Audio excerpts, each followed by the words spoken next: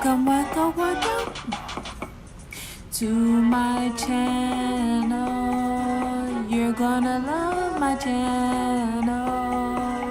Hey, I'm Sapphire, one listeners here.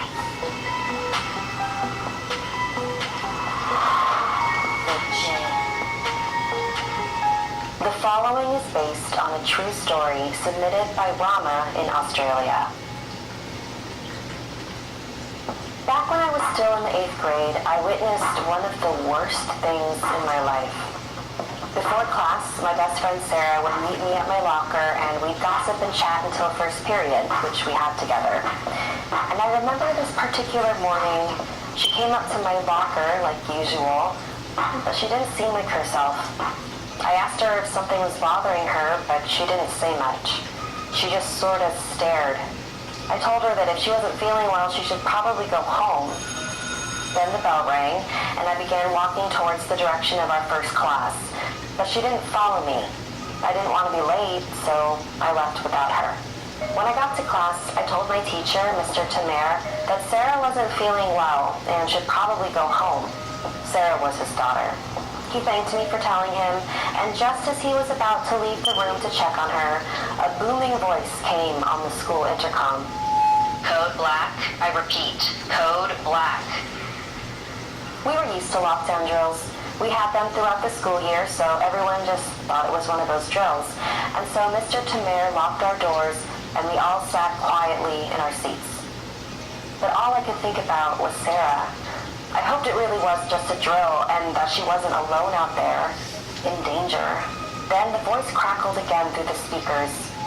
All of the religion teachers, please come to the office immediately. Mr. Caterer was one of them, and so he left without a word. In all of our previous drills, they'd never asked for the religious teachers before. I remember thinking it was very curious. About an hour had passed before the lockdown ended. It was definitely one of the longest ones we had. The voice on the intercom told us we were safe to move to our next period. We were all so tense and curious to find out what was going on. I remember leaving my classroom and seeing the other students pointing towards the windows. I followed their gestures and saw strange red smears on the glass. They almost looked like handprints, like someone was banging on the windows. But it didn't make sense. How could there be blood stains on every upstairs window in the building? It was so odd. The next day at school, Sarah wasn't there. I figured she probably still didn't feel well and was staying home to rest. But when I went to first period, we had a substitute teacher. Mr. Caterer didn't show up to school either. I decided that I was going to play hooky and check in on my friend. I snuck off campus and headed towards Sarah's house. When I got to the door, I rang the bell, but nobody answered. There were cars in the driveway, so I knew people were home. I rang again, still nothing. I knew Sarah's bedroom was on the ground level to the left, so I decided to go up to her window to see if I could get her attention. As I approached the window, I heard lots of shouting and loud noises. I pressed my face to the glass and saw Sarah kicking and screaming as her father shook her by the neck. I gasped loudly, and he turned his head towards me. I ran around the house and through the front door. When I opened Sarah's bedroom door, she was no longer in her father's grasp. She was on the bed, motionless. Her father was crying over her body. I knelt down next to him and cried with him. He explained that one of the teachers had found Sarah banging her head on the windows at school and smearing the blood with her hands. Sarah said she had to because the jinn inside of her wanted to eat her blood. When the teacher tried to help her, she saw the blank, empty look in Sarah's eyes, and she knew she was far gone. I have been up all night and day praying and trying to save her, but I didn't know what I was doing. It wasn't supposed to go this far. This wasn't supposed to happen. Mr. Caterer continued through his tears. But at least now, she is at peace.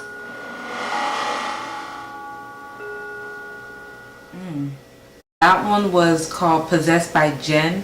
Something Scary Small. I'll make sure to link the video down below. So, wow.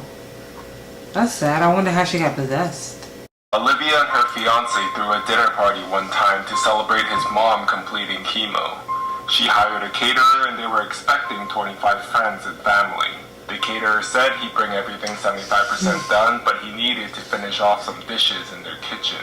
She told him that was fine as long as he finished by 5. He arrived as scheduled at 12 p.m., but the moment he entered the house, Olivia noticed that he had a disgusting smell. That made her uneasy because he was going to be preparing food for sick prior and young kids. She just made sure he washed his hands and then left him to his own devices, worrying she was just being presumptuous. The entire time he kept asking her about the seasoning of the food and telling her to taste it. She said, "You're the chef, so I trust you. You don't have to keep asking me." Fast forward, he was still there at 5:45. The guests were arriving, so after 2 gentle reminders, she flat out told him she needed him completely out by 6, no matter what. He apologized and said there had been a delay because Olivia's Sorry about that. I had to pause because I had an ant crawl on my up arm. the temperature.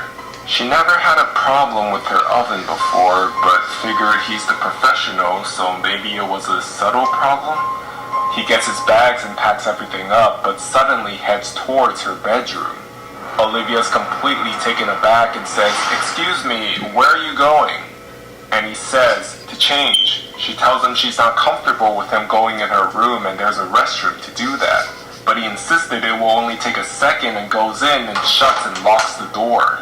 Olivia couldn't even get a word out before he went in and felt helpless. At this point, her fiance had come back home, so she explained the situation to him. Confused as to what was going on, he pounds on the door, telling the caterer to come out. The man opens the door wearing a t-shirt and jeans. Her fiance said, "You shouldn't be in there. You need to leave." The caterer responded and said, "Excuse me, but this is not your house. It's not up to you to decide." "Yes, actually, it is. My fiance lives here with me." Suddenly, the caterer goes nuts. He turns to her and screams, "You lied to me!" Olivia had no clue what he was talking about. He starts yelling about how she led him on and blurting nonsense, calling her disgusting names. He then goes in the kitchen and starts throwing the food out of the refrigerator and onto the floor. Without hesitating, the fiance and his 2 brothers forced him to leave the house immediately. Thankfully, the party then went on as planned. But Olivia insisted they just order pizza and throw out all the food he made. After partying, they went out late drinking with his brothers and got home at around 3:30 a.m. and passed out in their room. And then, at around 5 a.m., Olivia was woken up to the sound of the door opening. Olivia wakes up her fiance and whispers, "I think someone just came in the house." He said, "Probably my brother left his wallet or something." Olivia figured she's being paranoid when suddenly a loud crash came from outside the room. He told her to lock herself in the closet and call 911 while he went out and looked around. As she was pulling out her phone, they hear, "Olivia! Hello?" And she realizes that insane caterer. She went outside and saw the man shirtless and clearly on something. He lunges towards Olivia and her fiance stops him while she calls the police. He tells him the cops have been called and it would be in his best interest for him to get off the property. The caterer says, "I have to make sure Olivia's okay." Her fiance stayed between them while she climbed out the window. He even thought of taking the gun out of the safe. The caterer began to destroy their kitchen, and when the cops finally came in, they see that he has a knife on him. He didn't obey police's orders to drop his weapon, so they chased him. As he's being let out in handcuffs, he's shouting out how he and Olivia are in love. The police asked to do an inventory of the house and see if anything's missing or damaged besides what they witnessed him do. They went around, but saw nothing.